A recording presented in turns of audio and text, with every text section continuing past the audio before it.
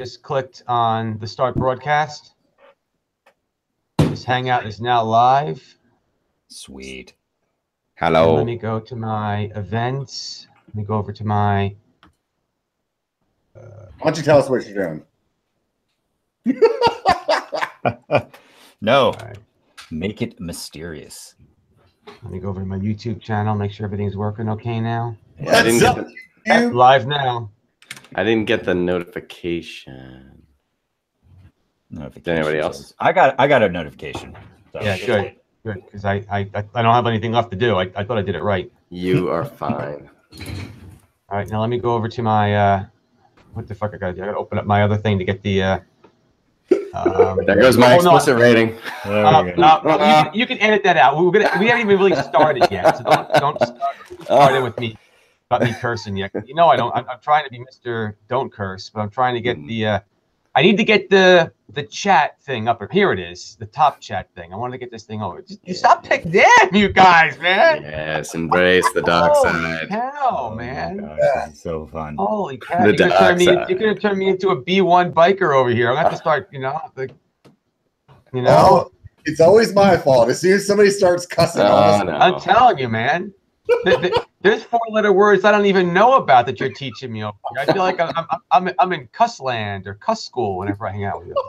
Side note, the best curse that I've ever heard in my entire life was when I was overseas and someone told me a story about this guy who was trying to get clearance for landing, and the clearance codes got changed mid-flight, basically, and he was trying to land and his system was messing up, and finally, like, he just starts cursing out and he says north end of a south-facing cow, and just like someone in the control room was like, yeah, that's him. Let him land.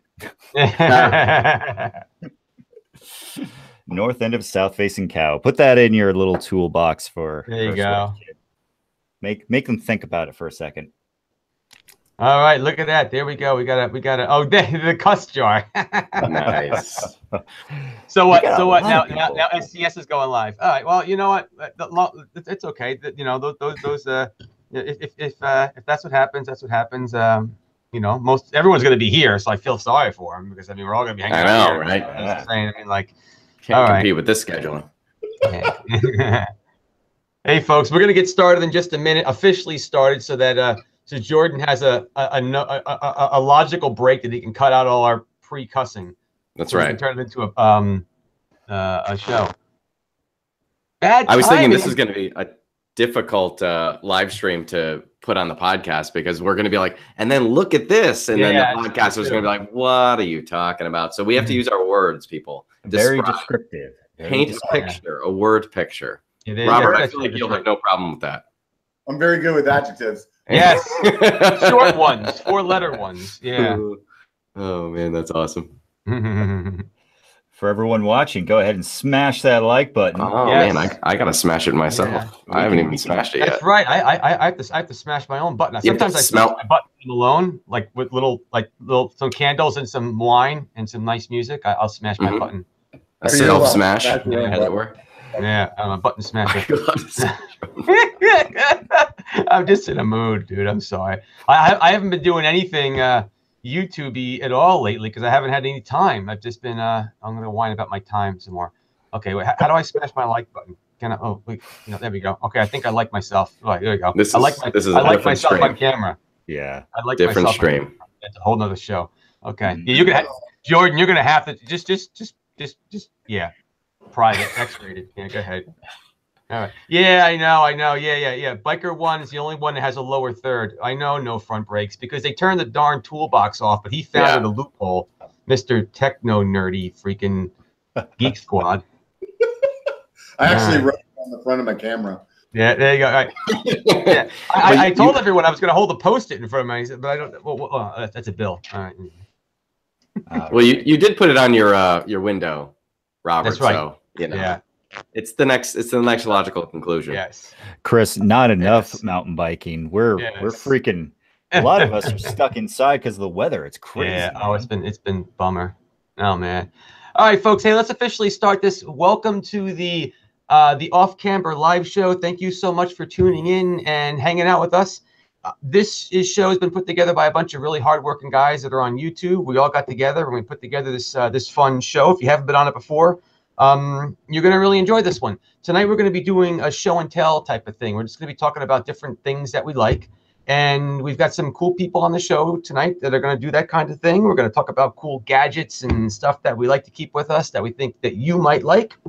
And my name's Gene from Regular Guy Mountain Biking. So if you haven't met me yet, I'm a relatively nice guy, I think. Most people seem to agree with that. I mean, I'm sure there's some people that would disagree, but my mom thinks I'm a nice person, so I'm going to go with that. And I've got some other nice people on the show. I'm just going to go in the line. Oh, look at trail features, which are freaking, oh my God, you guys. All right. Anyway, so I'm just going to go in line to introduce yourselves in my picture line. I know you guys are different, but it's just easier for me so it doesn't go whatever. So, hey, B1, say something nice. Maybe even about me. What's up, YouTube? My name's Robert, and this is not the biker channel, but it is Gene's channel, and there's a cuss jar. If you wanna send a super chat to Gene and his cuss jar, do that, please. So every time I say fuck, it costs you guys $1. So there goes that rating on the. There goes the rating. There goes the rating. So go ahead and get that out of the way right out the gate. Now, so if you guys I like to ride bikes, I like to drop a little F-bomb here or there. Thank you very much, MTV Kevin. And I like to drink beers. So here I am. We're going to talk about some stuff. Go ahead, Jordan. Go ahead. I don't even know if that's even possible to follow, but I'm going to certainly try. Definitely. Cuss jar is going to be full tonight. We are all working hard. I also love beers like Robert.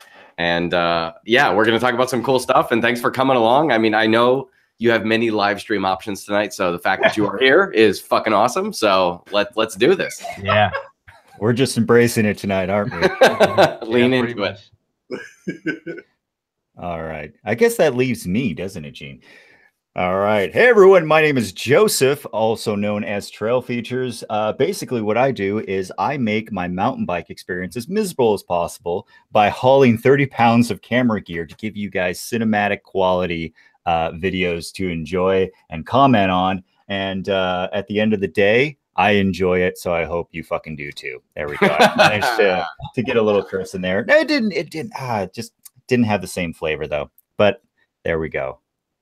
It's gonna be tough because you guys are making me laugh so much. Every time I laugh, I don't mean to do it, but the camera goes back to me. It's just because I'm having so much fun right now. When Robert was introducing himself, he had me laughing. I'm like, Gene, you gotta stop laughing. The camera's gotta be on him. But I'm like, I'm sorry, I'm having a good time. Oh man. All right, so look here. Go ahead. No, that was it. That's all I actually had to say. That's all I said. Okay, well, yeah, you guys can go back to listening to Seth now. No. All right, so hey, so here's what we're doing, folks. This is show and tell night. A lot of us have a lot of gear that we like. Some of us, like Joseph, seems to like to carry Radio Shack on their back. But we're gonna be showing some of the things we like. We're pretty much just kind of going around robin. And you know, Robert, what's your first show and tell? The reason why I keep looking up, I gotta move my damn camera. I got my camera up over here, and I'm realizing that this isn't working to me. I need a new camera. I need to put a camera right here. I need a cameraman. I want a cameraman. Anyway. Wait a minute. That's a good segue. That is actually a great segue. Oh, go. What your problem is, I'm going to first try to break my neck. Second, I'm going to show you guys something. So what your problem is that you have a little bit of an issue with camera location. And so have I. And what I decided was I needed to pick up a mount that would put my Giro session out in front of my bike and not have all this like funky screws and bolts and whatnot sticking all over the place. So I found this K-Edge mount that is really, you can get it for a 35 millimeter bar or for another size, whatever that the rest of the world is using. And what I like about it is that you can point the camera up at you and get you that kind of face shot while you're riding. You just want to talk, and it doesn't get too far like up your nose. And then mid-ride, like you can just push it down. And then as long as you keep the mount not gorilla tight on your handlebars, you can just kind of give it a little push like this and then be able to get it out of the frame, as well as point it down and get a good shot of the wheel too. And this thing was not really super expensive, super easy to find. Like I said, it's on Amazon, and they have it for the for the 35 millimeter bars, and what's the regular size other than 35? I can't think of it right now. I think it's 31.8. 6 or something. Yeah, 31.8, I believe is. Yeah. Correct me in the chat. I'm sure there's a bike mechanic. And it's nice too because it has that angle in it, so it puts it centers it, so it's not like it's off on the side here.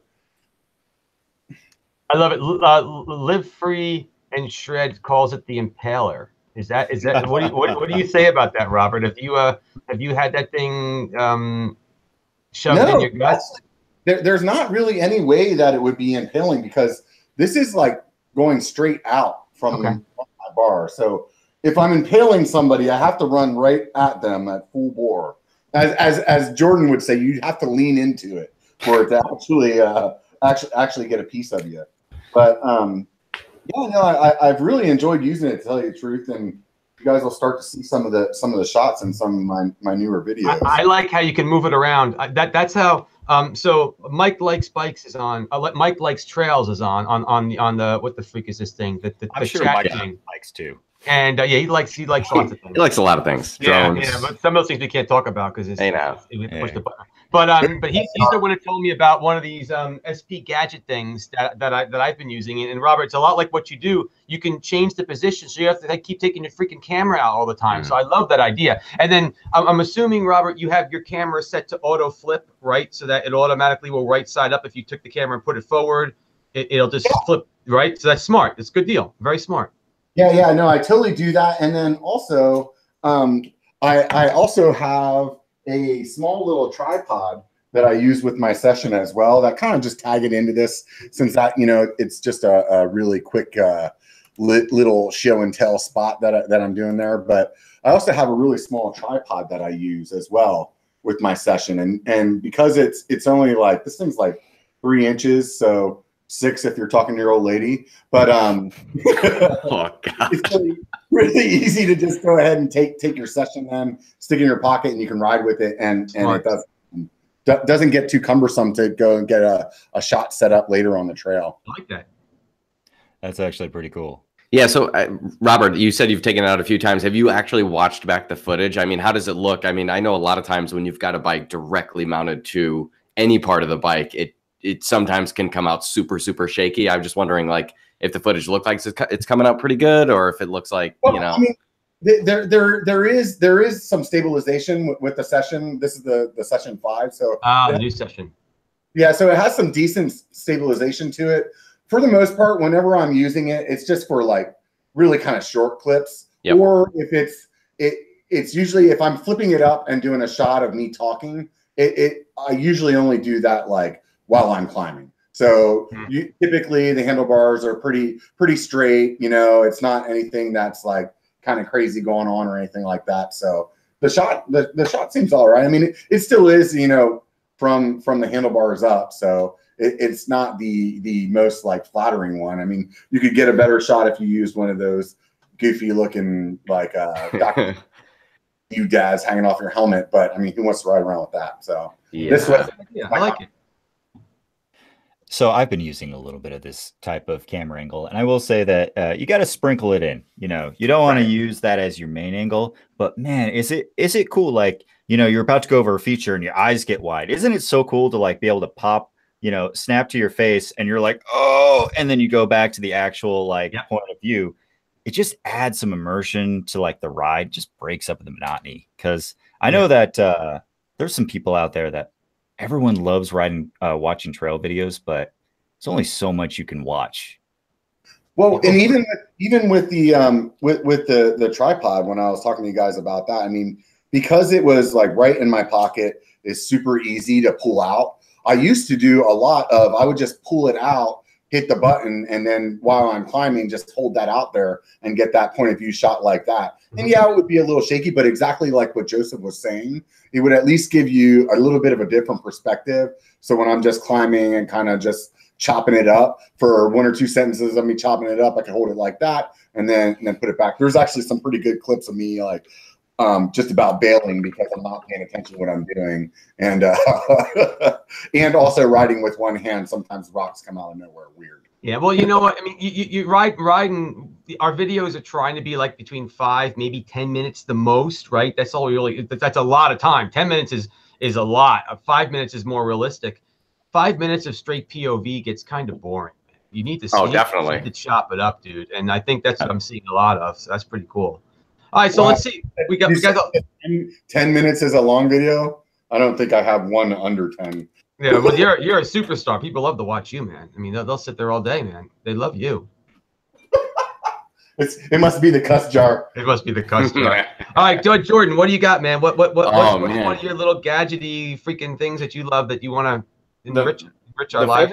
The thing I'm going to start with first, because I like to bury the lead. Oh yeah. Is this Bontrager Turbocharger MTB pump. Now, you didn't pull that out of your pants, did you? I did not. Okay, good.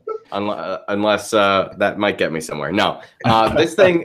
So, for context, this was my prior pump, and some of you might recognize this. Oh man! Yeah, love it. Love it. Oh my god! That was like, I don't even know how old I was when my dad had that pump. This is a Walmart special. Let's see who makes it. A Zeffel, I don't know. Anybody want to pronounce that for me? Something. Zeffel. Zeffel Bigfoot. Required the adapter for the Presta Trader? No, Presta. Yeah, I got it right.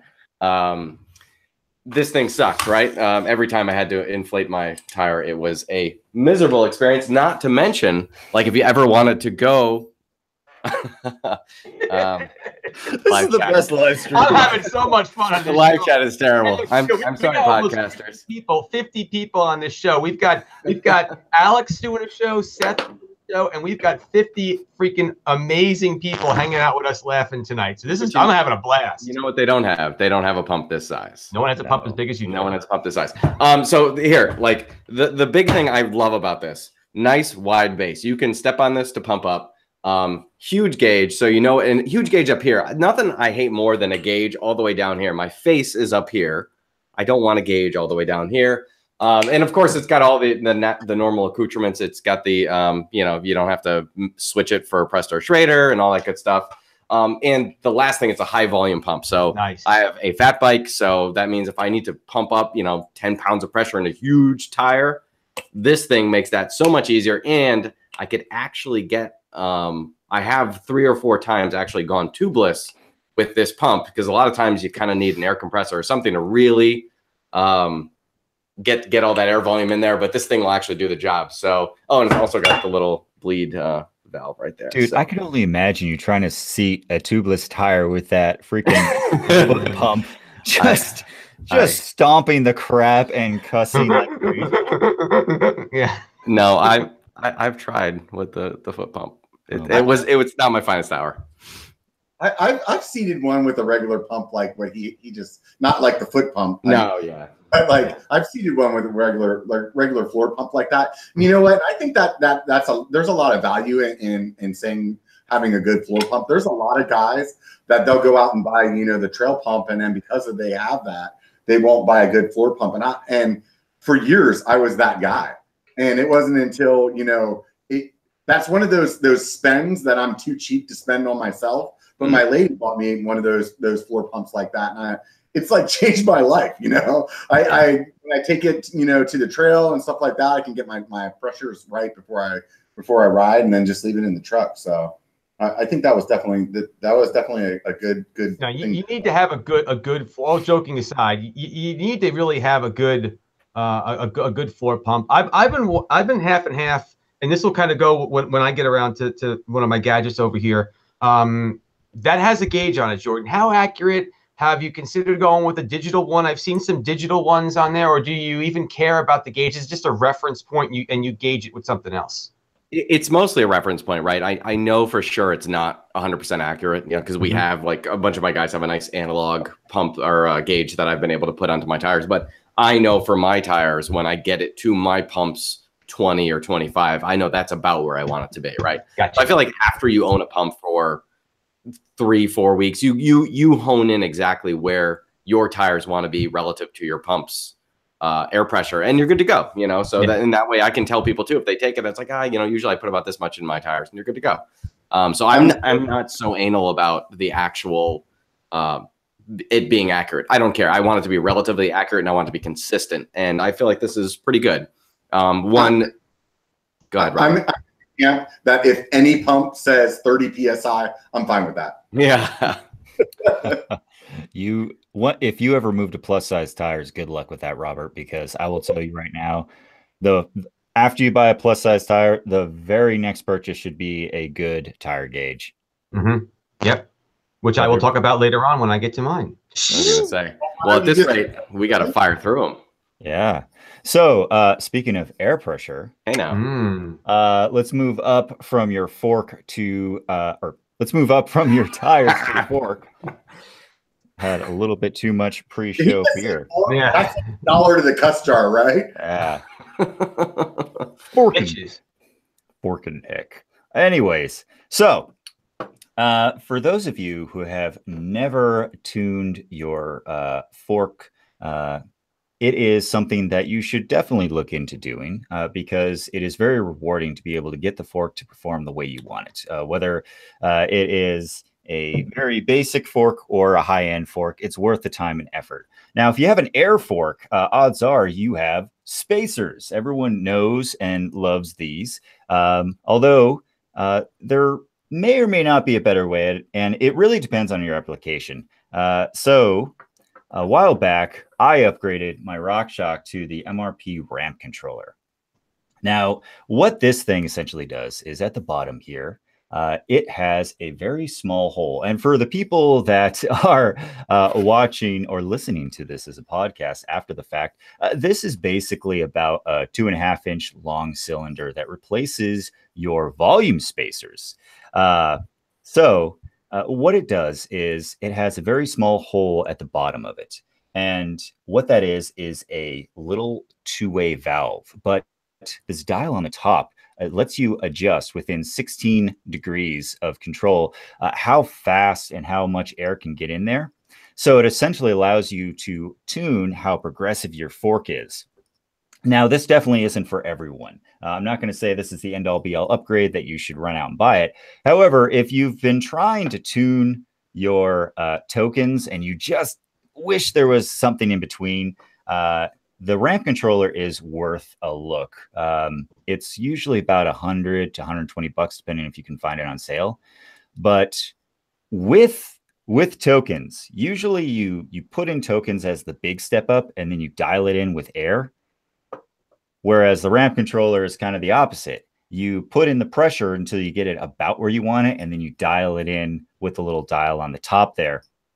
And it's really nice because you can change it on the trail. Whereas with freaking tokens, you have to, have a mini toolbox on the back to be able to open everything up and hope that you don't shoot a freaking 2-inch long projectile through your face if you don't let out all the air pressure. Joseph, they're asking, how often do you tune that thing? I mean, I watched your review on this, and all your reviews are good, but I'm just like, this was a very good and informative review, and I liked. But you were kind of saying in your review that you will tweak it based on the trails that you're going to and what what's coming up. How does that work out? Absolutely.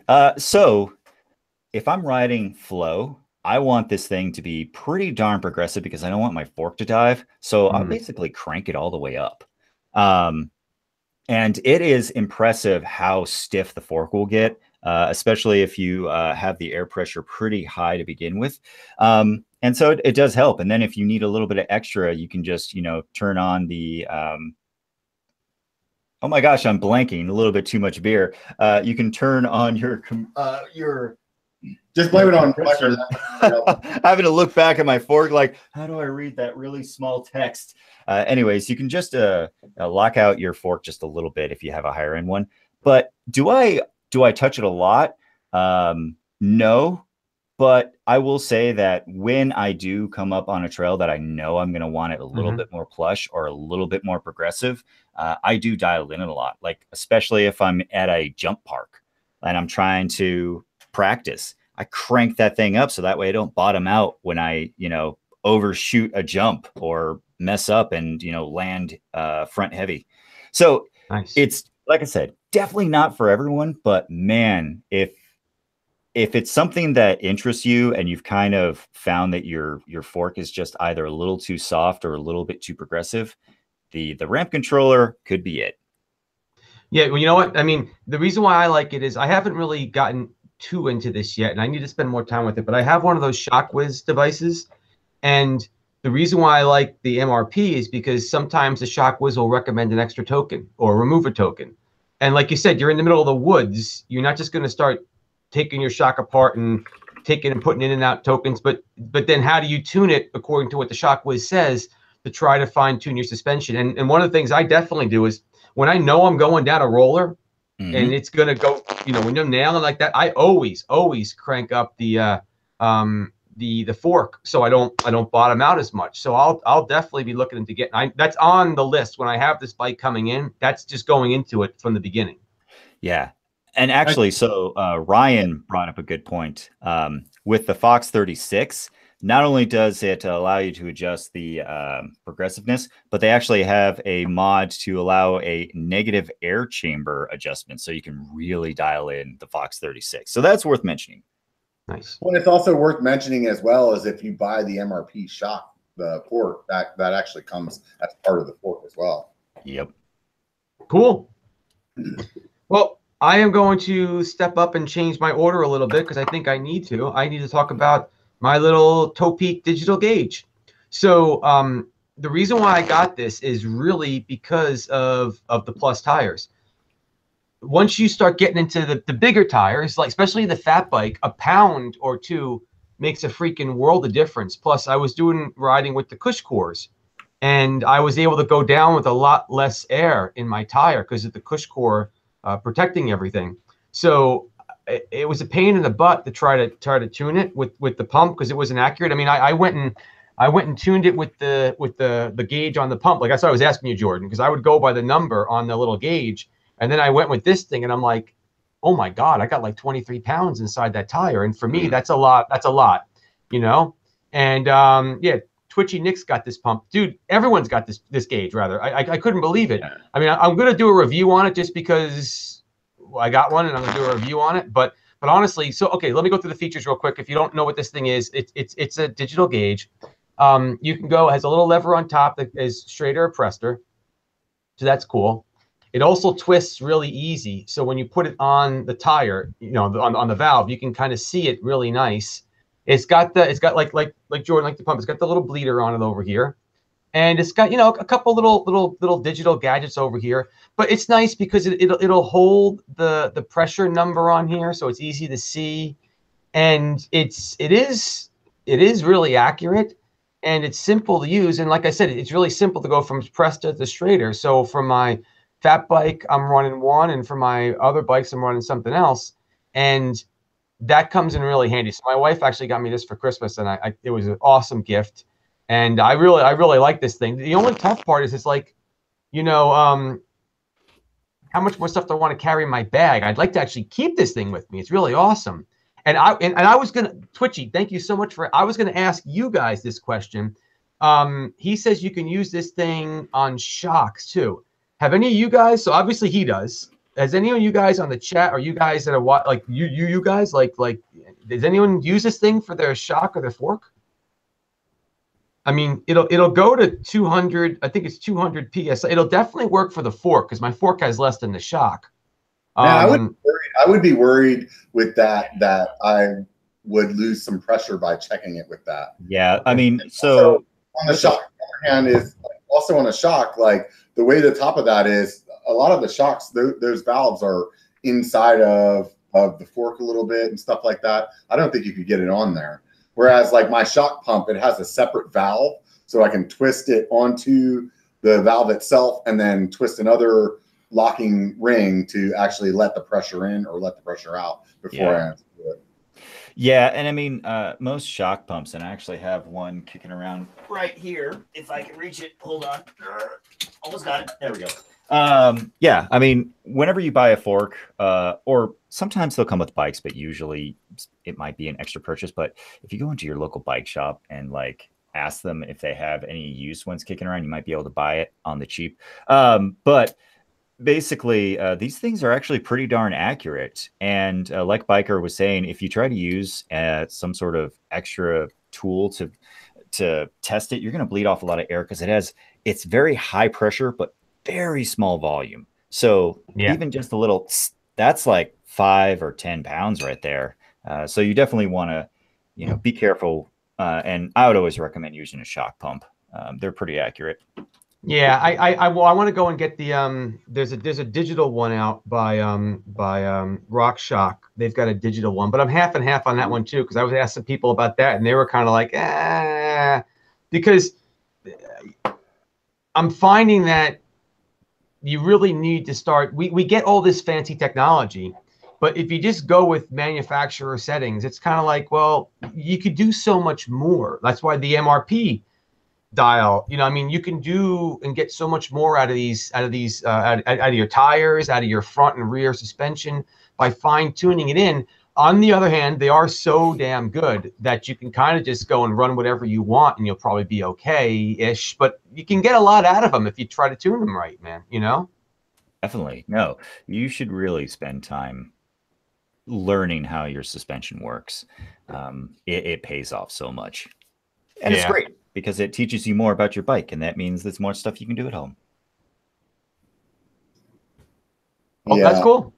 All right, well, let's go back around the ring around over here, and Mr. Robert, what else you got in your box of goodies? It's show and tell time, baby. What do you got? Back to Robert. What Trail Features did was made me realize that I did not explain at all on my handlebars thing what I was talking about. As soon as he's like, let me explain what this looks like for those of you on the podcast, I'm like, I just screwed those people over. So I'm only on my second beer. Yeah. Stay the same. So what I have here is a brand new helmet from a company that I didn't even know existed until I had got hooked up with them, and the name of the company is called Cali, and respectively so because they're from California. But this helmet is called the Maya, and it is without a doubt the most comfortable helmet that I've worn to date. If you have a shop around that sells a Cali helmet, go and try this thing on. I am not a person that is typically impressed with gear in this way. I literally put it on and was like, wow, that thing is crazy comfortable. Inside of it, it has this whole mesh that's kind of like a mesh screen, like screen almost, that instead of just having like the pressure points of the helmet with pads on it, it has that entire mesh system there that really, when you put it on, it is crazy comfortable. And then, as any good helmet, this is one of the things you're paying for is, having good micro adjustment on how well you can, how tight or loose that you can get it, and easily, like one-handedly. So you just kind of spread your fingers apart and then pop it back open. Works a little bit better when it's on your head. And this helmet's like super light. Like I have what I've been riding with is a Giro helmet, or Giro or Giro or whatever you want to say. This thing, whenever I tried it on initially, I was just blown away by how comfortable it was and how light it was. Any of you guys use Cali? See, yep. I feel bad. I feel bad because I've got that one. I think I have the same one. It has a little thing for the camera thing on the front. And I did a review on this thing.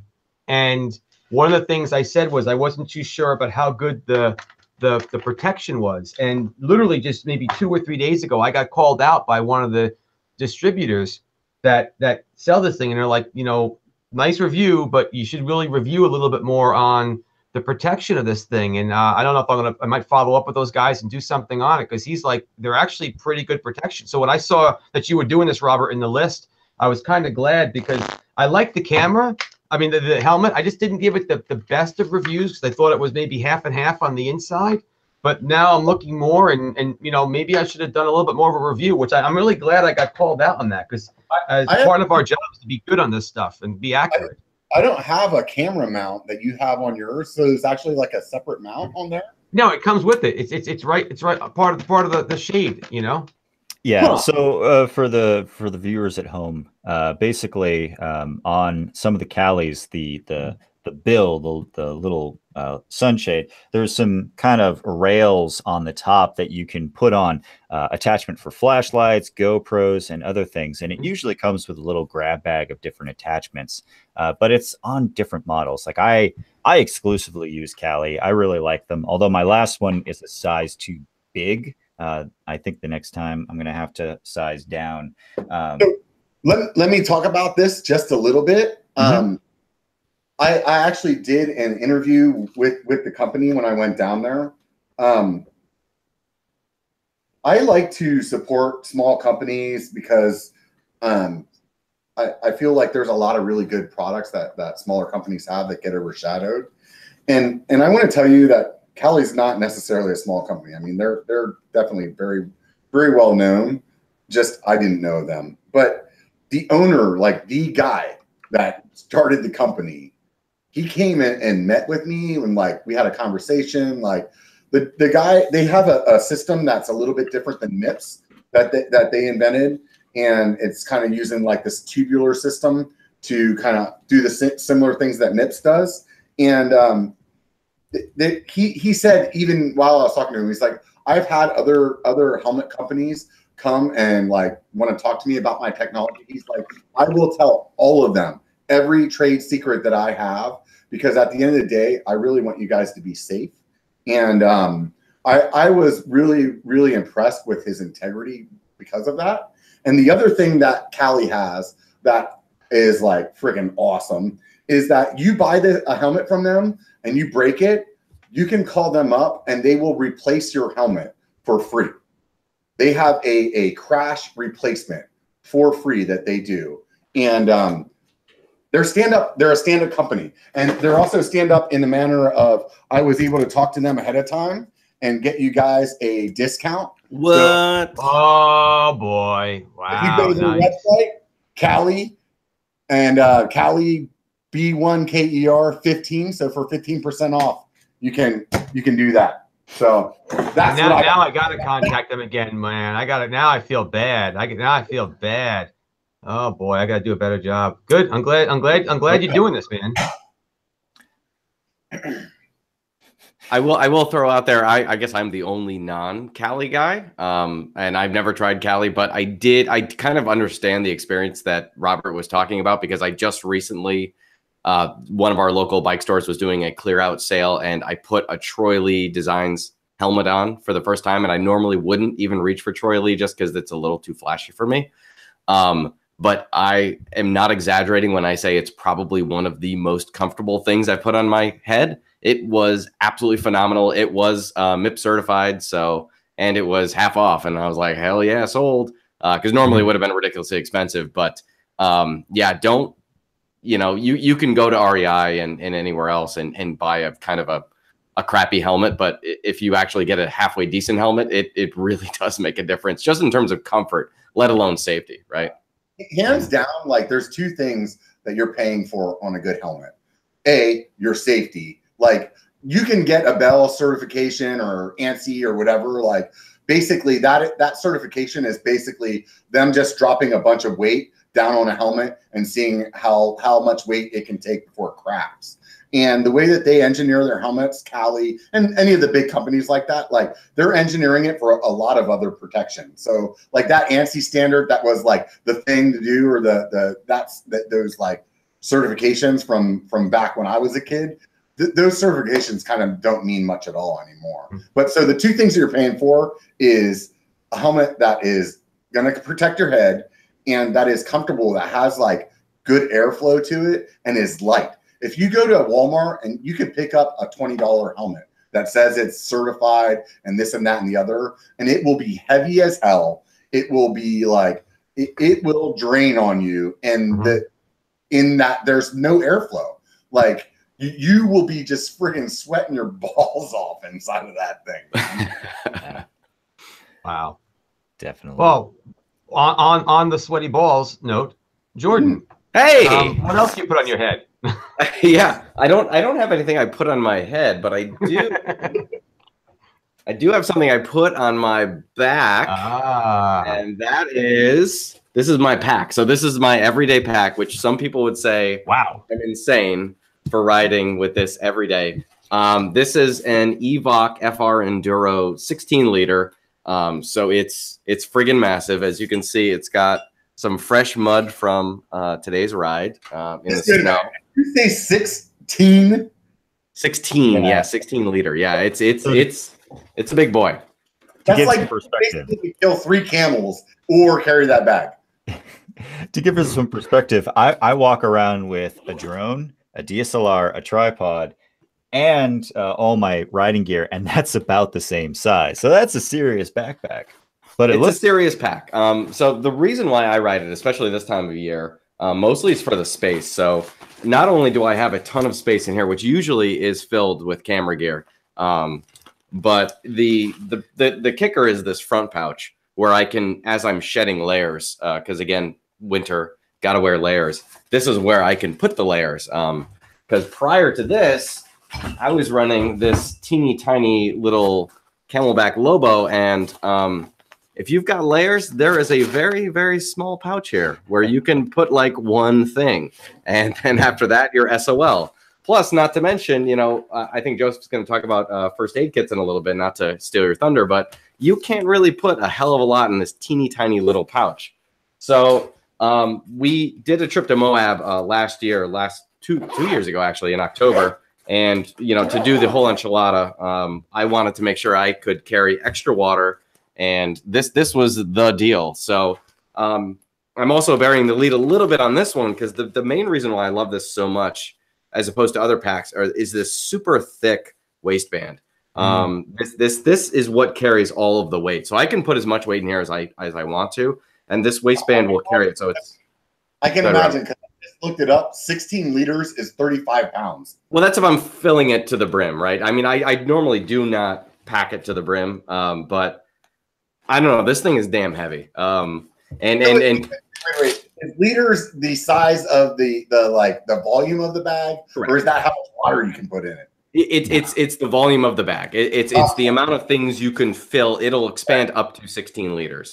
I was going down a whole different path. I mean, if I wanted to, I guess I could fill it with 16 liters worth of water. But like, that's a shitload of water, man. What are you doing? A fucking camel. Hashtag cuss jar. Someone put something in the curse jar. That's right. So yeah, so the big thing that I love about this is the expandability. As you can see here, I have a ton of crap in here. I've always wanted to do a bag check, but I don't know. I'm just not sure if it's that exciting. But here's my bag check. This is all the crap I carry with me every time I ride. And this pack has been amazing. It's super durable. But the thing I wanted to say is that it's also expensive, right? So it's not the Camelback you're going to find at REI or Walmart. It's an investment, but it's an investment that I have happily made, and I would do it again 1,000 times over. So what packs do you guys ride? I have a question for you. You pointed out the waist strap, and I actually take that off of all of my bags. Ah, yes. So do all of you guys use the waist straps, or? Yes. I mean, so the bag that I use for my camera gear is made by F-Stop, F-Stop. And they exclusively make camera gear bags. And it has actually, I'm kind of looking at your waist strap, Jordan, and kind of getting envious, as weird of a statement that is. But for the people listening, it has kind of a nice padding that goes across your entire waist, so the buckle doesn't dig in. Whereas my F-Stop, which is not a inexpensive bag, it has padding on the side, but at the front you're kind of, you know, on your own. Yeah, I don't know. Like, that actually looks really nice. It does. It's a pretty amazing bag. The other thing that I also forgot to talk about is this brand of Evoc also has a built-in back protector. Nice. You know, it's got all of the accoutrements. You know, it's actually certified by somebody. I don't know.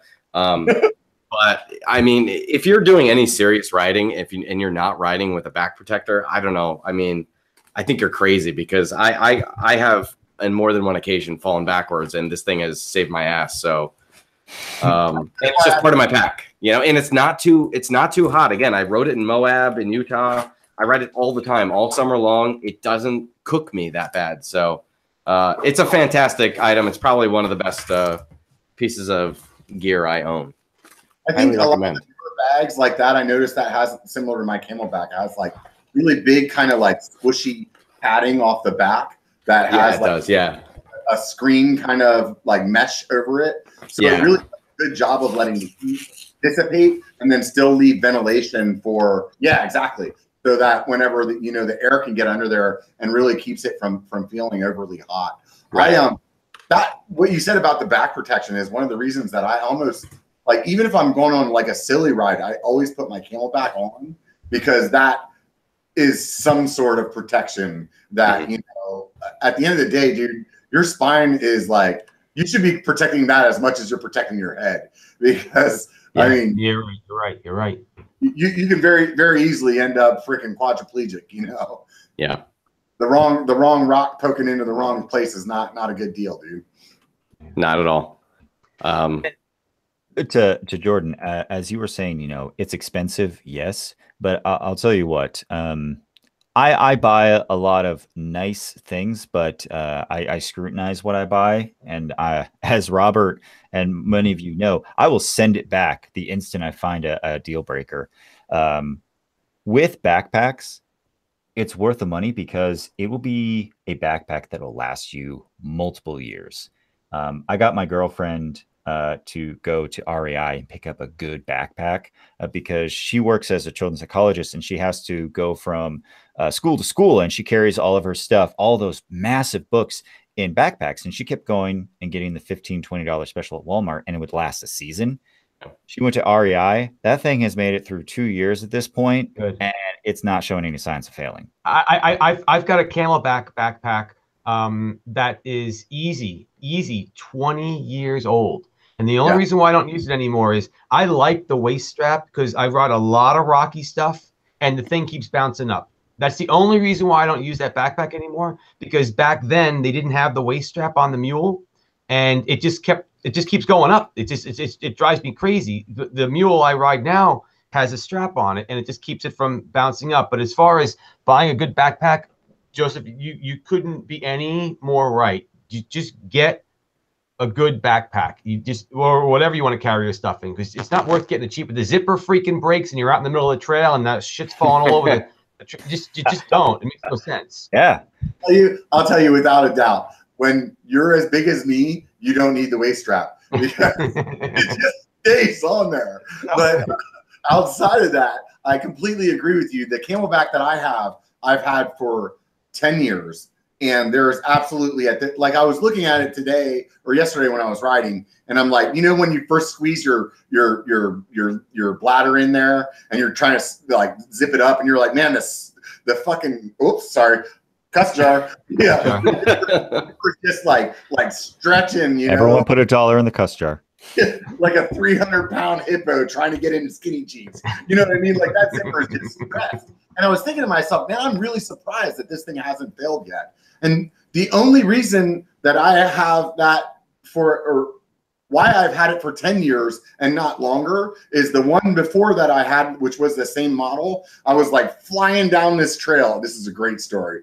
Flying down this trail, and it's, you know, when the tree, there's like a tree branch kind of hanging over, and you got to get underneath it. And I went to go underneath this branch, and as I did, it was hanging a little bit lower than I expected, and it compressed my freaking suspension, and my Camelback is what stopped me on the tree, and then my front wheel was hanging up in the air. So I'm literally clipped in, stuck in my pedals, my suspension pressed down all the way. I had to have one of my friends come over and push me out of the tree, and that ripped my Camelback. That's why I had to get that one. So otherwise I would have had it for 15 years probably. Yeah. It's worth it, man. Quality gear is worth it. Yeah. All right, Joseph, what do you got, man? All right. On the topic of bags, I have a little bag of goodies here. This is something that has often been brought up, but no one really actually talks about it. I'm sure everyone here has watched the video with BKXE, where a person got injured, very badly injured, on the trail. He got impaled in his leg by his handlebar. Can someone remind me who the name of that individual was? I turned the video off because I got freaked out. I'm not good with blood. I literally had to stop it because it got me sick. I'm sorry. I don't remember his name. It was scary. Yeah. So no one likes to see a rider down, right? And because of that, there are two things that I want to talk about here. The first is you should, if you haven't, and even if you have, if it's been a while, go get some first aid training, even just the basic 101 courses. The next most dangerous thing to not having any first aid training or the next best, I'm sorry, the second worst thing to not having a first aid kit is not knowing how to use it. So get some training. I'm going to post the link here in a second, but this is a first aid kit. Everyone should have a first aid kit, and it doesn't need to be a huge first aid kit. There's some basics that you should have, and we're not going to go into the entire bag. Otherwise, that would take up the whole hour. But you should have some gauzes, some Band-Aids, some antiseptic wipe, some gloves, because if you come up on someone who you don't know personally on the trails and you want to help them out as a good rider should, put some gloves on. You know, make sure that you don't have any issues helping out that person because, you know, Gene, blood is it freaked me out. I couldn't do it. So I couldn't do it. I couldn't watch it. My bag right now. Exactly. Quite honestly. Yeah. And so here's the thing, right? You know, this is one extra thing you got to carry, right? It's heavy, it's big. You know, not everyone carries around a backpack like Jordan and I that you can put a freaking kitchen sink in. For small child. So like at REI for $15, you can get a first aid kit that is more than adequate for the everyday person. And MLC Adventures brought up a tourniquet. That is something that, once again, I'm going to stress, know how and when to use it. A tourniquet can be more dangerous than it can be more dangerous to use a tourniquet if you don't know how to use it. I'm not saying it's a bad idea, but make sure you know how to use it first. As a Boy Scout, I was a Boy Scout, so this is why I always carry everything. So how do you remember to carry this thing? Well, what I do is I put bike parts into it because your bike hurts too, right? So in my first aid kit, I actually have some bike stuff in here. I got some boots to be able to patch a tire if I need to. And I have a spare derailleur hanger. As a side note, when you buy a bike that has a swappable derailleur hanger, make sure you buy that. It's like $10, usually 10 to 20 bucks. And just carry it in your backpack because I have torn off derailleur hangers in the middle of the trail, and that 5-mile walk sucks. So yeah, it's first aid kits. They are something that I think everyone should have, because if everyone has a first aid kit, even if it's a small one, with your powers combined, you can help make sure that everyone has a safe and fun ride. So what do you, who here carries a first aid kit? So I'm going to go ahead and speak to that because you did mention going to REI and you can get the first aid kit there and it comes in a nice little bag. And that's actually what I had done. And then because I'm fucking Mr. Paranoid, I added a bunch of stuff to it as well. And one of them now just being rubber gloves because Joseph said. But this here is the toilet one. Paper? I'm sorry? The toilet paper? Yeah, there's toilet paper in there. I carry that too. Yeah. Different emergencies though. When you can't get your PDR in. The thing is that this is probably one of the best things that I have in mine. What it is it's this it's kind of like a compression tape that is sticky to itself. Yep. So what I noticed whenever we had some injuries out on the trail before, and you try to put some gauze on it and the little tape, that would just like fall off. So like if you have this stuff, you can wrap it around a knee or an elbow or a shin a couple of times with the gauze underneath it, and it'll stay on the whole ride. That's so smart. If you don't have room for this, you can also take like duct tape and just roll it on itself so that you have a roll of duct tape, because that will actually stay on. Because otherwise, if you try to use like just regular like little medical tape, it may come off. But as Joseph was saying too about your bike needing help as well, this medical tape This is tried and true on the trail. We had a rim tape that got screwed up on a tubeless tire, and we used this, and it got us down the hill. Yeah, and just to go into my pack a little bit, one of the guys I ride with actually does a similar thing. So this is Body Glide. So if you get, I wear pads too, so this will help with the chafage that sometimes as you sweat. But wrapped around the cap is a ton of duct tape, and one of my buddies actually does it better, where he's got it around a lighter. Which I feel like is a way better one, because that way if you're out there and you got to start a fire, you're good to go. Although I do have matches in here, but that's a separate issue. But yeah. I wrap it around a pen. I actually have a pen, and I wrap a bunch of duct tape around the pen. So I have the tape, and then I have a pen. It's all about trying to get as much into the thing as you can, you know? Exactly. Yeah. But you got to have duct tape. I'm glad you mentioned the lighter too, because that's one thing that I've always carried in my bag. Yeah. Because I tell you what, dude, if I ever have to spend the night out somewhere, I definitely don't want to be cold. I mean,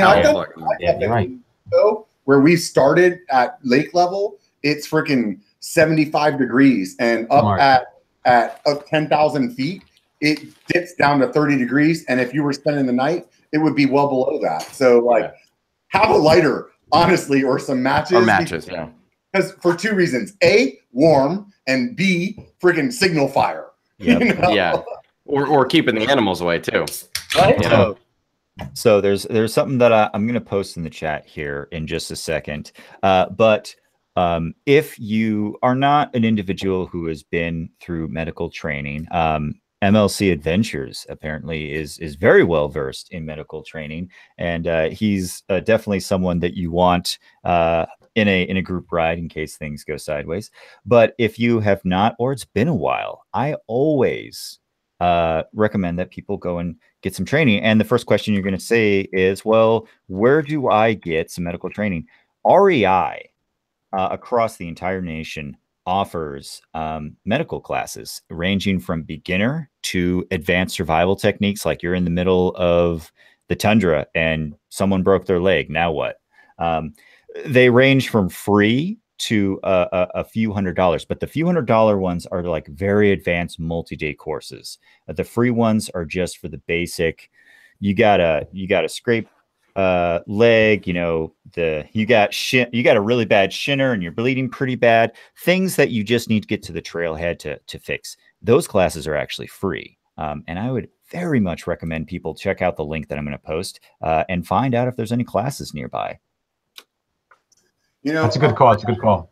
Our REI has a lot of good classes on it. I mean, it's kind of like, it's funny when you were talking about that. It's like REI is like the Home Depot of outdoors. Like you can go to Home Depot and they have free classes on how to do tile and how to, or you could go to REI and find out how not to die. You know, they're awesome. I love REI. And just to be clear, we are not getting kickbacks from REI, because I feel like this is probably the 17th time we've said REI something, but REI is just a cool ass company, right? Yeah, for us East Coasters, EMS.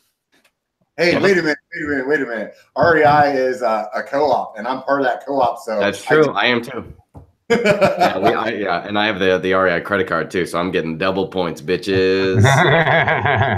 Oh man! All right, let's get off the topic of blood and stuff, because I'm really starting to get queasy. I'll be honest. I mean, I don't think I can even take that class, because I'd be like the guy on the ground going, "That's why I don't carry a first aid kit. I wouldn't know what to do with it. I'd be like, here's a Band-Aid for you. Go stick it on your face or something." If you're solo riding, just you and Gene, and you break your head open, you're fucked. Yeah. That's when you want to subscribe to the what is it called, the little. The airlift service or something? Airlift service or what is the beacon things you use with your Strava? Your Strava thing. So your wife knows where you are, because Gene is useless to you. A quick note, and then I'll hand it back to you, Gene. There actually are blood. Oh God! No. There actually are radio beacons. They're expensive, but they're one of those things where when you turn it on, you have to be in a very far place for that radio signal not to get picked up, because it's on a very specific emergency band. If you press that button, people will come. So if you're like on a week-long bikepacking expedition out in the middle of nowhere, and it's like 50 miles to the nearest highway, and you hurt yourself, that thing that thing's worth it. But let's move on. We've talked enough. Wait, real quick. That you say that, I have the Garmin, the Garmin 520, and the Garmin has a crash detection in it. Just recently, I went over the bars like 2 weeks ago, and I don't know exactly what it uses to figure that out, but it is also using your cell phone that I had in my pocket. But I went over the bars, and it brought up, it started like making this noise, like a sonar kind of noise. I was like, what the hell is going on? I'm like just trying to get my shit together, and I realized it was my Garmin, and when it was making my phone beep like that, and I looked at the Garmin, and it's like, you have 20 seconds until it sends a message. And I didn't like, I was like trying to get my everything kind of put together, and it got to the 20 seconds, and it actually sent a text message to my lady who was my emergency contact in my phone, and sent her the GPS coordinates to where I was at. So, I mean, it was pretty impressive. I mean, I've had other workouts and that on, and it didn't do that. So, I mean, it's not 100% effective, but it is something, at least if you're out there riding by yourself. Yeah, that's smart. So how pissed off at you was she when she got the text? Oh, I called her like right away, and she's like, oh my God, I was like losing my mind. All the guys I was talking with, they're like, what are you doing? Making a phone call in the middle of the trail. I'm like, dude, I need to tell her, like, I'm not dead. Right. I got to back her off the ledge. It's like, I'm okay. All right. I am going no more blood here, guys. Yeah, let's move on. Yeah, the only reason why you might have some blood from this topic is because I'm talking about my pedals. Oh yeah. All right. Oceaners. I've done a lot of reviews. Okay, fine. You know, call me a fanboy. Yes, I have an affiliate link to these, but I back these pedals. These are the they're by Pedaling Innovation, and they're the bigger Catalyst pedals. Now, bigger meaning here, this is another very popular brand. This is compared to the 50/50 pedals by Crankbrothers, another very popular. So I'm sizing this because this is, a lot of people may already have these pedals, and I really like these pedals too. But this is a standard size pedal, and this. So, Gene, for the people that can't see, how big would you say the difference is? I'd say if you had the pedals lined up, the center, you'd have a good ½ an inch easy on the top and the bottom. So it's probably a good inch, at least an inch, maybe an inch bigger than. That's right. It's going to be on the podcast. Good call. Thank you. Yeah, folks, these pedals are probably at least a good inch bigger than your standard size pedal. But yeah, and actually, yeah, Live Free and Shred basically brought it up that the 50/50s are pretty big pedals as it is. But look, you guys say I'm not going back to clipless. I don't like them. Apparently, I have to do a video on why I went to clipless, because every single mountain bike channel has a. Apparently, it's a code of conduct. We're all supposed to do pedal videos and go buy a piece of shit bike at Walmart and fuck it up. Wait, all right. I got a tip jar myself. I will. But I mean, but bottom line is that's apparently code of conduct. So, but I'm telling you right now, I love these. Why do I love these pedals? Let me stop. Let me get into this over here. The bigger platform does give you a much better support for your foot. Okay. And what that does is it gets the pressure off of your arch and puts it where your strength is on your balls, your feet, and on your heel.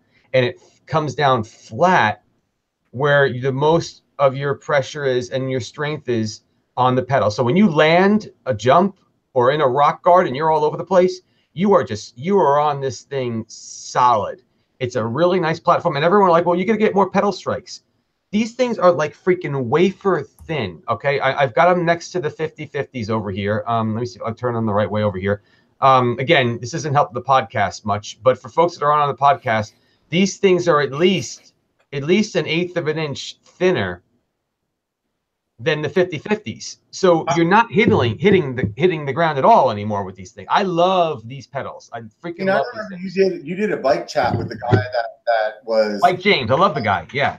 Company, right? Yeah. And I remember part of what he said actually stood out to me, that like I like things that are logical and not marketing. And what he said was like, look, the way that your foot has evolved is that the weight of your body is supposed to be dispersed between the ball and the heel. Yep. And when you're on a regular pedal, you're not actually dispersing your weight that way. And that's because didn't he get into it because he was into like he was having something like he is like kinesiologist, like he does like sports injuries or something like that. Yes, you're totally right. You're totally right. I love this. You actually watched the thing from beginning to end. Yeah. He was I like, this freaking awesome.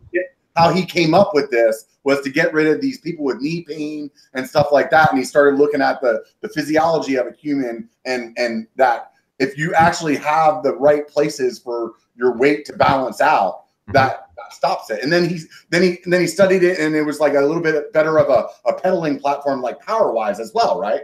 Yes, and you dude, like verbatim, you got that review. Like, thank you, because dude, you're so right. So what basically Robert's talking about is here's my since we're probably not going to get around again. The other thing I wanted to talk about was my shoes. But the reason why I wanted to bring the shoes up is these 510s are insane. Everyone told me I needed to buy a set of 510s. I'm like, all right, fine, I'll get them, whatever. Dude, these shoes are insane. The 510s are the best shoes. Every one of you guys are right. Thank you. You're awesome. You get these shoes and you clamp these suckers on these pedals, and it's like being clipped in. And what Robert was basically saying is James Wilson, Bike James, his point is this. When you're pedaling, the way your body's reacting to the pressure of the pedal, it's like you're doing a squat with the weight on you. You're really, the way your leg is it's coming down. Okay. A lot of people think that you're doing a scraping motion, but you're coming down. Okay. And if you go and picture yourself right now doing a squat, when you do a squat, you don't do a squat on your toes.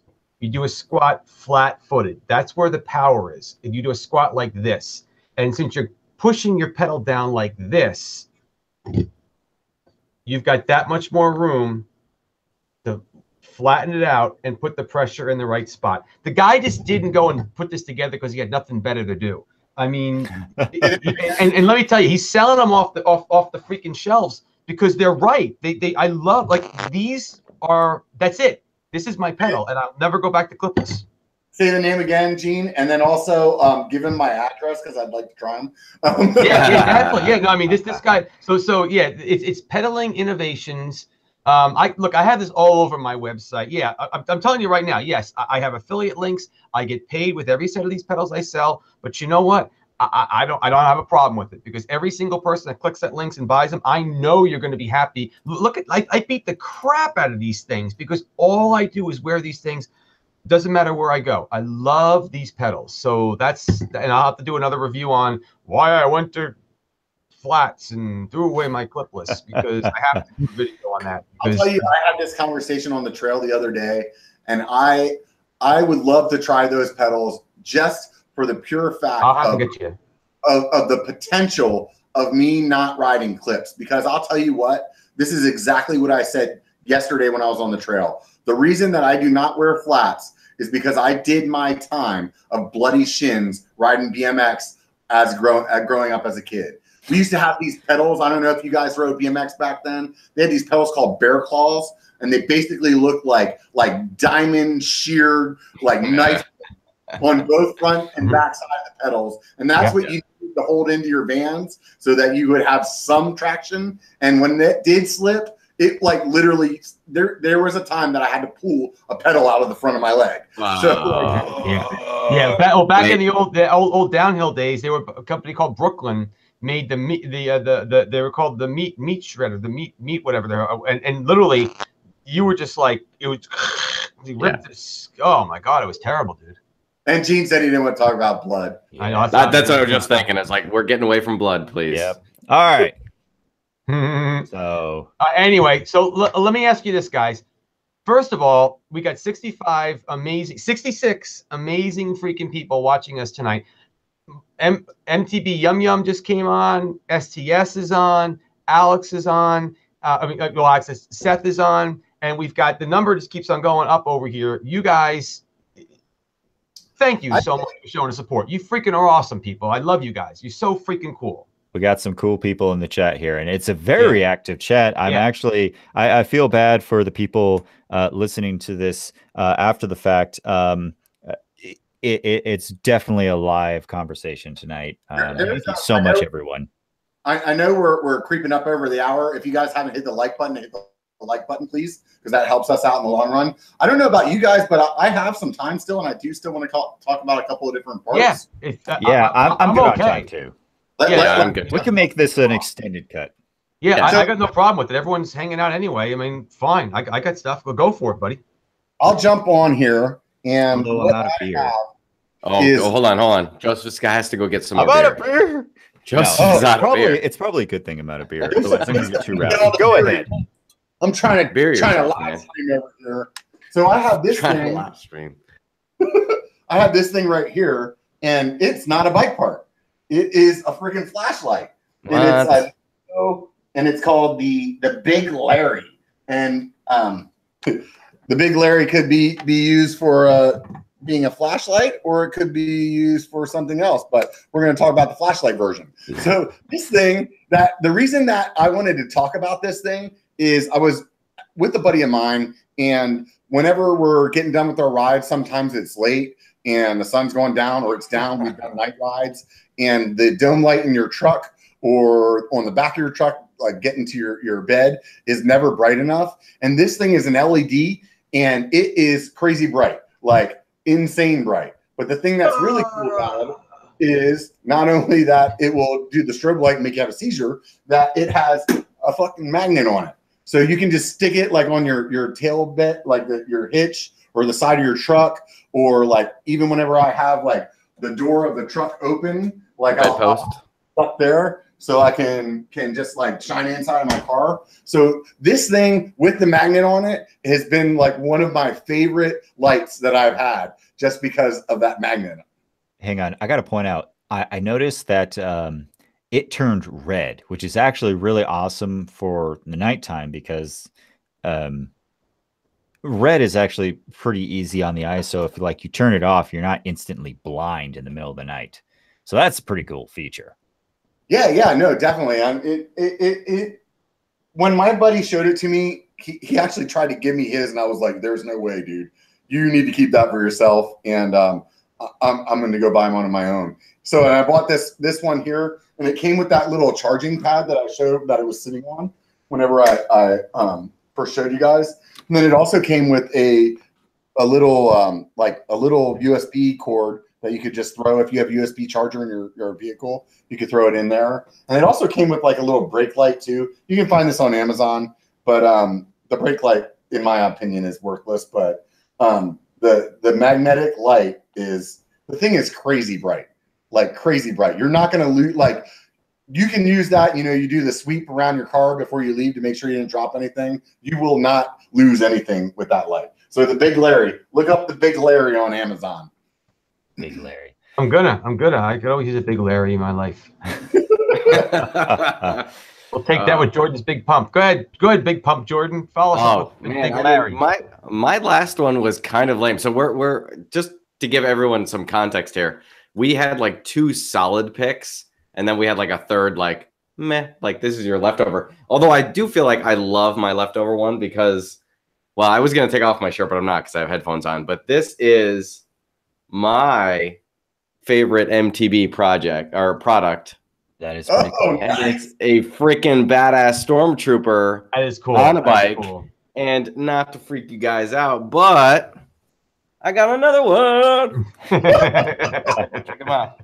Hey, that goes well with the AT-AT. That's what I'm saying. AT-AT and everything else. And I got, like, if we really want to get super geeky, I mean, we can get, all this stuff. So there's nothing better than Star Wars. And when you can put Star Wars Stormtroopers on mountain bikes, I mean, shit on a shingle. So this is DHDwear.com. You can go and buy this t-shirt for yourself.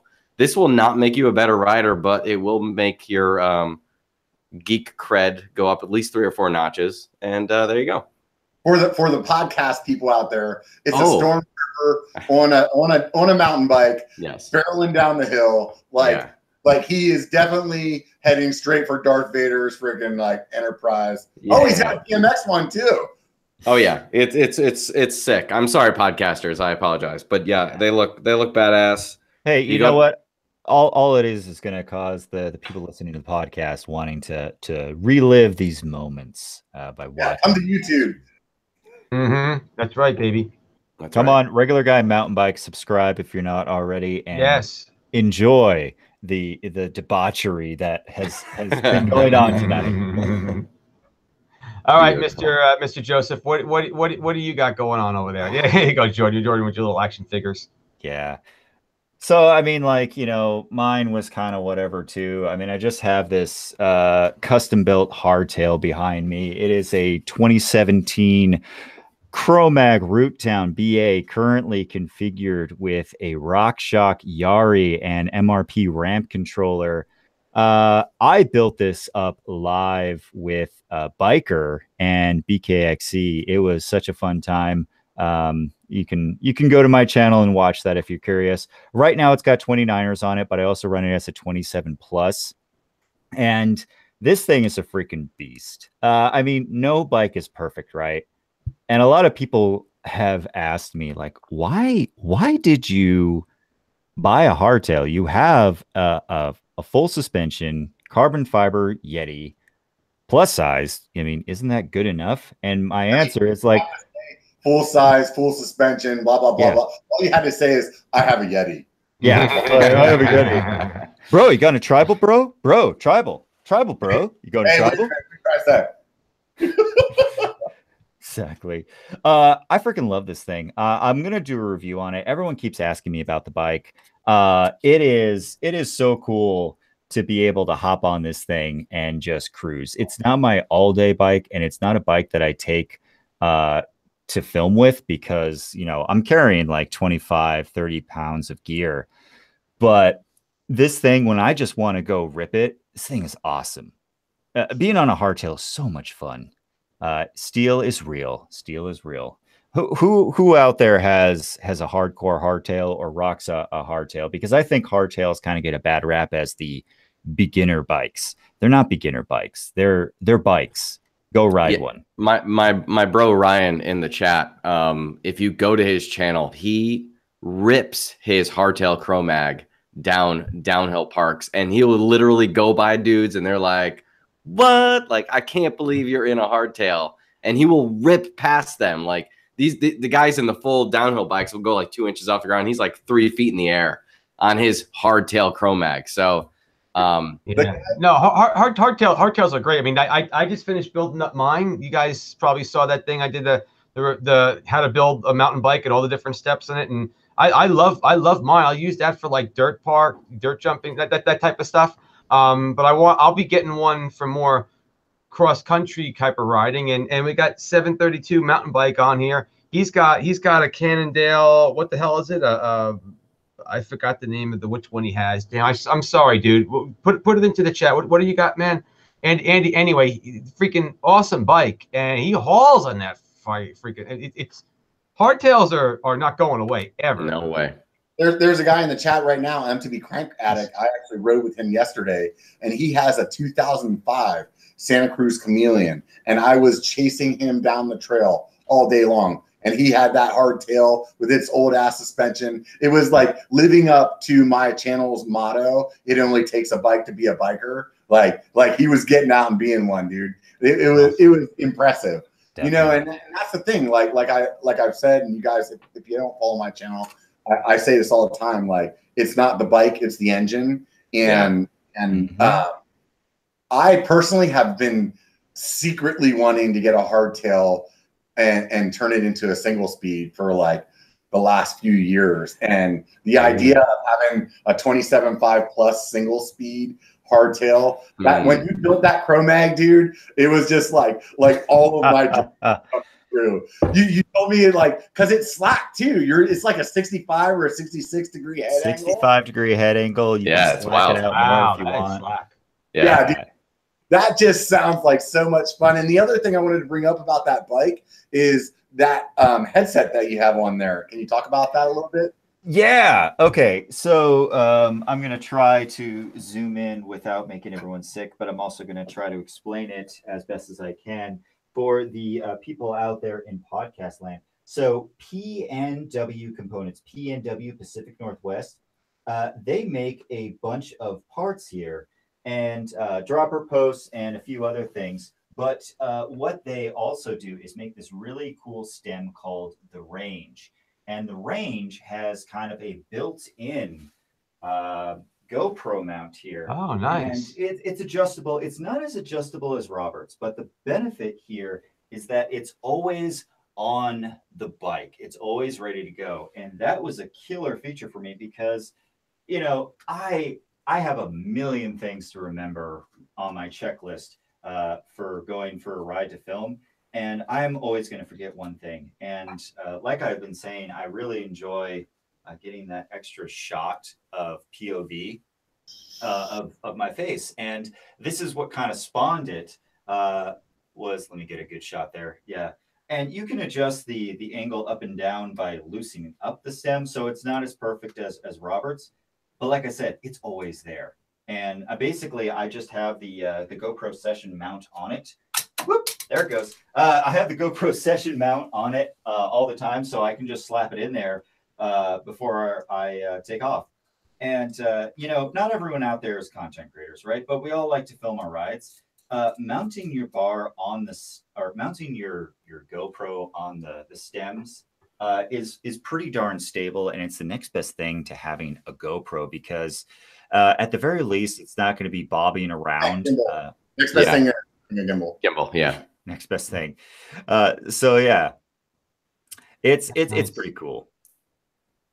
I just thought it was really cool that it was like built into the stem. Like I like getting like extra value out of a part, you know, like when you were talking about your Cali helmet earlier and you were saying, hey, it has the mount for the light or for your GoPro right there built into it. Like that's forward thinking by a company. And I appreciate that because I mean, that's one less mount that you have to buy or one less strap that you're trying to stick on your helmet and, you know, at night or whatever. Like make your life just a little bit easier. I'm down with that. If you're going to spend the money on this stem or this helmet, like you might as well get one that has more than one use to it, you know? Yeah. And like, you know, Robert, like you said, I love working with small companies that are shaking up the industry, and PNW Components is one of them. Aaron is the CEO, and it was awesome because when I emailed him about the PNW dropper post, the Rainier, which is what I wanted to run on the Chromag, he was the one that emailed me back. That's pretty awesome to have the CEO and co-founder of the company email you and say, yeah, I totally want to get involved with what you're doing. And that stem is not a novelty. It is a stem that you can rock and you can take down the hill of life because I am going to be taking this Chromag down the hill of life to show that, yeah, a hardtail can get fun too. What's the length of that stem? How you know, what is it? What are the specs on that thing? So I know that the one that I have on it right now is a 35 and I think it goes to 45, but let me double check. Before that's aluminum or carbon? That's aluminum. They don't make any carbon products yet. Give them a little bit of time. Maybe. I'm not making an official statement. I'm just speculating. Yeah, you know, I mean, carbon's not everything. So I mean, I was just asking for the podcasters so they could paint a better picture in their head. The potties as we call them. So 732 was asking, is it a 35 bar? No, unfortunately, it only comes in a 31.8. But email them. You know, if enough people out you email them and let them know that there's a demand for it, I'm sure Aaron and the crew would be happy to make a product. It comes in 35 and 45 millimeter lengths, so it is pretty aggressive. You're not going to want to put it on a cross country bike. But yeah, I dig it, and they have some pretty subdued color schemes. I really like PNW Components. I really like working with them. I think their products are pretty legit. So I'm assuming they are the Pacific Northwest. Do you know where they're from? I believe they're based in Seattle. Oh, right on. Yeah. And Aaron Wingate, I apologize if I butchered your last name. Aaron was saying that the Rilo 360 cam would be awesome on the bar. Yeah. Great minds think alike, man. I think that a 360 camera on that bar would be pretty awesome. Be able to pan around and show people that I'm riding with and cool. Show some other shots. All right, guys. Well, I'll tell you what. Let me. I'm going to finish it out with one more over here because I think that's pretty much going to be a pretty good wrap up over here. We kind of went a little extra, and I think we're running out of stuff anyway, type of thing. And I'm going to talk about one of the ones that I wanted to talk about because it's kind of bugs me that people have a tough time accepting this thing. It drives me nuts. Okay, this is called the Dyna Plug. All right. The Dyna Plug is a plug for tubeless tires. Okay, and I keep a bunch of stuff in this little bag. But it's a plug system, and you use it to plug a hole that you have in your tubeless tires. And the reason why this thing drives me nuts that people don't get this thing. Okay, this one was like 50 something bucks. So look, oh, thank you, Jordan. Jordan's got one. I got one too. Yeah. Thank you, folks. And you got the extra. Yeah, got the extra. I don't mess around. Good. I don't have a 16-liter pack for nothing, Gene. So, folks, for the podcasters, it looks like a big freaking aluminum aspirin. But at the end of the day, this is a very expensive one. It was like 50 something bucks, but you can get them a lot cheaper. The reason why I'll cut to the chase over here. I'm gonna cut you off because I do have the Dyna Plug too, but this is the one that's only like $25. So you can get the car one, right? But that's what I was. Thank you, Robert. That's exactly what I'm doing. It's actually for the bike. It's for, I don't know why. It's because it's plastic and it's bigger. That's why it's cheaper than the aluminum one. Yeah. Right. Well, the aluminum also, dude. The aluminum has a saw in it. It's got all the other tools in it. It's got a ton of little features in it. But the best feature at the end of the day, what's that, dude? It has a saw in it. Yeah. You put this thing in here. You shove this little spiky thing to clean it out, and then this is another little plunger to hold the air in while you're getting the other one ready. Here's an extra little thing. For those of you on the podcast, he's just showed us a bunch of like medieval like. Yeah. And Robert, there's a saw. It has a little saw to cut the extra. They cut the end off whenever it's sticking out. Okay. At the end of the day, folks, here's what pisses me off. We ride tubeless tires, okay? And I got people saying, "Oh, I just carry an extra tube. I wouldn't go and spend $50." I'm like, dude, first of all, you got a flat. You got sealant coming out. If you take your tire off, you got sealant all over your freaking fingers. You shove a tire in there. You have to hope it's even going to work because it's going to get stuck, or the tube inside a tire. I'm like, you take this thing and you shove it in there. I wish my buddy Nick was on right now. I ride with my buddy Nick, and he was over at Mountain Creek with me. He got a big ass gash at Mountain Creek. We shoved 2 or 3 of these things in there. They stack up, and like, it drives me crazy. Why wouldn't you have this in your freaking pack if you ride tubeless? I don't get it, man. I rode Georgetown with BKXC, and he was trying to plug his tire up with a Lara bar wrapper, and that didn't work. However, the plugs from this thing did. Yes. We stuck them in there, dude, and it was like we rode the rest of the day. We were bombing. It wasn't like he was like treating it like a sissy or anything like that. No, dude, riding it the rest of the day, dude. You ride it for the rest of the season. I patch these things. Your tire is like patching a tube, like getting one of these things for your car. You're done. Yeah. But you shove a tube in there, you're not done. You're still screwed. I don't know. I get passionate about it because it drives me. I don't understand the logic. I totally agree, and it'll vulcanize to the rubber too. Yes, so I mean, Ryan, who's in here, he's got a video where he shows on one of his fat bikes. I think it was 7 of those Dyna plugs, and when you do the math, they're actually cheaper than replacing the entire tire. Yeah, because tires are not cheap, especially if you got a good one. So he had 7 of them in there, and he ran it like for a while. If MT Rider was still on the stream, he would be stoked right now to hear that he found another tire. Oh yeah, dude. I mean, really, your tire. So here's why I'm like I had to go out and buy this thing. So I had just gotten my bike a while ago, and I got a puncture in it. I brought it to the shop. The bike wasn't old at all, and the tires are relatively new. So I took it to the shop, and Jason went out, took one of his, shoved that thing in his jean. You're done. Good. I'm like, huh? The rest of this, not a problem. The tire was basically brand new. Like you said, Jordan, these tires could be like $100 a pop sometimes. Yeah, oh my gosh, yeah, especially for plus size, man. And Ryan's talking about fat tires. Forget about fat tires. That's a lot of rubber to replace. Right. Yeah. So I'm sorry for getting a little pissy about it, but I'm like, I had people say like, oh, I'm like, I don't even understand your logic. And if you guys do like it, I'm not trying to pick a fight or nothing, but I'm trying to say, like, literally, you're in the trail. We went like this, chunk, chunk.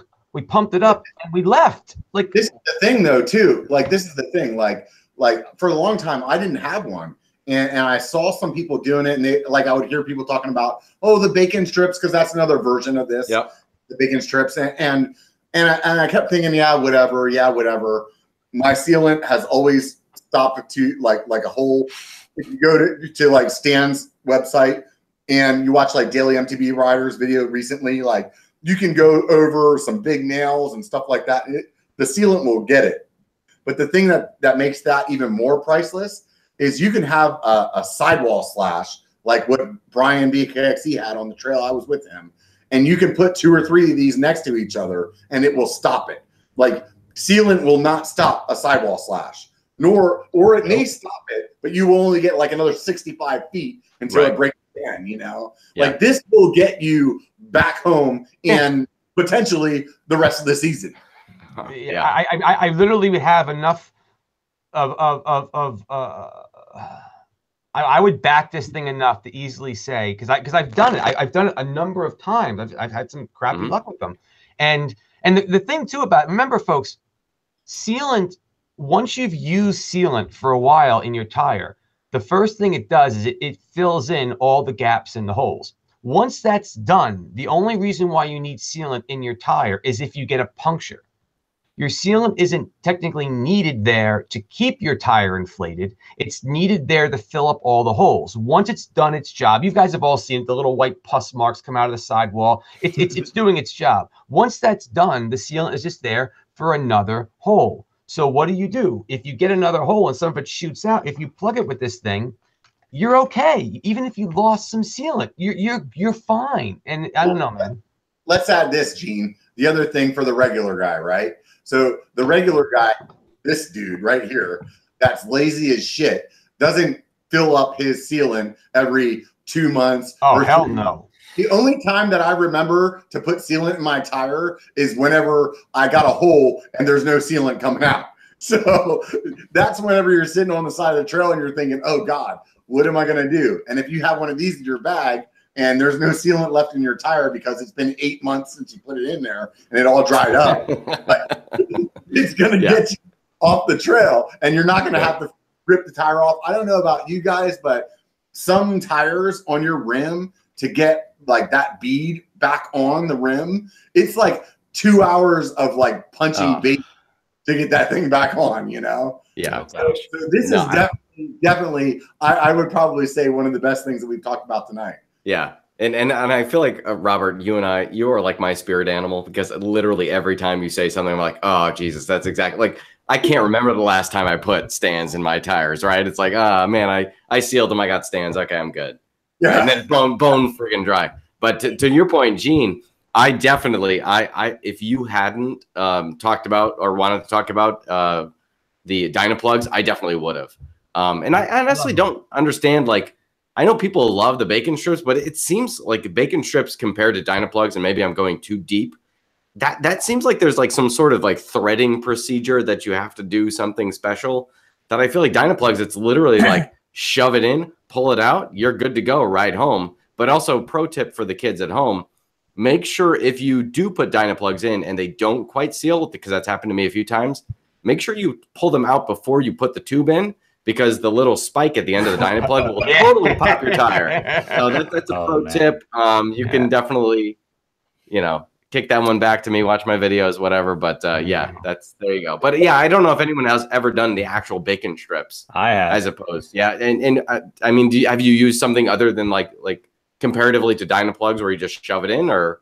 Okay, so first off, I've patched many car tires, which 732 mountain bike was talking about. You can get the automotive plug kit if you're strapped for cash, and I think that will work for larger gashes, but I'm not too sure about smaller medium-sized gashes. You might cause more trouble or might cause more harm than you solve, though. I might have to try that out. I got some tires that are deformed, so I have some sacrificial tires I can experiment with. That sounds like a Seth Bike Hacks video. I know, right? Hold on. Yeah, I don't think we have authority to say that. I don't know. We'll leave it to the chat to decide that. But anyways, to the question about bacon strips. So I saw the Lone Ranger peeking in the chat here, and when he was down here in Austin, we hit the Hill of Life, and I ate it pretty good. Fortunately, I was wearing enough insulation and pads that I basically bounced off the trail because it was like covered in ice. we decided to send it down the freaking iciest patch of. If you guys haven't watched this video, go to Trail Features channel if you don't follow his channel normally, and just look for the. It's like a collaboration between him and the Lone Ranger. There's literally like a sheet of ice on every rock down the entire trail. I remember thinking to myself, I can't believe they're riding it. And then on top of that, the Lone Ranger on his friggin' brand new pole, which there's a lot of jokes to be said there, but he just sent it down this trail and got a KOM on it too. That was awesome. Exactly. Yeah. No, I wouldn't call it a collaboration as much as what happens when two guys convince themselves to do the worst idea ever. Let's find the chunkiest technical descent in Austin. And oh, is it covered in a 1/4-inch sheet of ice? Yeah, let's go ride that. That sounds like a great idea. So anyways, to your point, we gashed the my front tire, and I had some bacon strips. And yeah, I had to put a couple in there. And it's pretty similar to the automotive. You know, you don't have to thread it. It's basically like a little 2-pronged fork. Okay. And you kind of just slide it in there. But yeah, if the hole is too big, it just kind of sticks to the tool. And then you have to do like this little Watusi to like try to get the tool out while keeping the bacon strip in. And the Dyna Plug definitely has a lot more girth to it. So I can definitely see that being an asset. And I might have to give it a try. I understand why they have the metal prong there. Yeah, the chat's already lighting up with comments on that. But your camera's still on the Chromag and you, by the way. I know. Because awesomeness. You're welcome. Yes. Yes, you're welcome. All 60. Okay, it's 54, but it was 60 for a while. You guys ruined it. You scared them off. Anyways, yeah, I want to give Dyna Plug a try because I do agree. If you have the choice between patching together a tire and making it last a little bit longer, why not? But at the same time, I think that sidewall gashes are kind of where I draw the line. If I have like a big gash somewhere else, I might leave it, but a sidewall, I don't know. That's like the weakest part of a tire. Who knows though? I'm not an industry expert. Kids, go use Google and figure out if I'm wrong. There you go. All right, folks. I'll tell you what. We went over, and I think we should because that was awesome. We kept and obviously people wanted to hang out with us tonight because I mean we still got 50 people watching us knuckleheads talk about stuff that we like to talk about, gadgets. So so before anyone does jump off, I want to take this opportunity to thank every one of you, all you folks that have been tuning in. I mean, I still would have liked to talk to these guys and joke, but having you guys in the chat and that made it a hell of a lot more fun. So it's awesome to have you guys on tonight. You make it all worth why we even do these shows. So thank you so much for being on there, keeping the party on the pedals. Thank you, my buddy Andy, 732 MTB. But I do want to take this time to remember that, folks, we do this to support you. So if you wouldn't mind supporting us and visiting all the channels, if you can. I'm not asking you to subscribe. It's up to you. It's your choice. I can't see why you wouldn't want to because we do a lot of great work. But please take a look at, Robert's channel, Jordan's channel, Joseph's channel. Okay, there'll be links for all the channels in the show notes to make it real easy for you. You can also just go to our Facebook channel. Just go to offcamber.bike. I love who came up with that? Who made that for us? Is that you, Jordan? That was me. That's awesome. Jordan is the mastermind. I didn't know bike was an extension we can put on. That's awesome. So we have a YouTube page that Robert put. A Facebook page that Robert put together, which is also awesome. He did an amazing job with that. And then Jordan takes care of our podcast, but he put the domain name that goes to the Facebook page. So just go to offcamber.bike and you can learn more about that when the next show comes on. So hopefully you guys enjoyed this, and give it a thumbs up, share it with your friends, and you guys want to say anything on your way out? Because I'm all done, man. I'm happy. Hey, the only thing I got to say is it only takes a bike to be a biker. Get out and be one. Love it. Jordan, do you have a catchphrase yet? I do. No, I've had one since the first time I did my mountain bike channel. So it's now it's your turn. Get out there and ride. So now it's your turn. Get out there and ride. Also, I'll be live tomorrow, so come check it out. My first live stream ever on my own channel. So If 50 of you came, that would be amazing. If like 10 of you came, that'd be also amazing. If 2 of you came, that'd be also amazing. So come check it out. Now come out there and ride. Definitely. Jordan is not trying to toot his own horn right now, but he made the 1,000 subscriber mark that you need to tell YouTube to go screw themselves. And in order for the truck full of money to come to his house and dump it, all that money in his driveway, he needs to get 4,000 hours of watch time. So what he's doing tomorrow is a little bit of a marathon. So if you guys can go there, the more people that are watching, the closer that he can get to get that 4,000. And then the YouTube U-Haul money truck will come drop it off at his house. So good. And I'm trying to get a bunch of people there. So Live Free and Shred, Ryan is going to come check me out. Ryan Schlagic is going to be there too. My buddy Ryan, bunch of other people. So yeah, I'm going to try and keep it rolling. You know, definitely. Actually, Jordan, you got some people asking some questions, what time and stuff like that. Can you put any specs in the chat or something like that? It's going to be around 4 p.m. Eastern is when I'm going to spin it up, and we'll see how long we can keep it going. Good, nice. So 4 p.m. Eastern on my channel. Turn on notifications. Don't miss a thing. All right.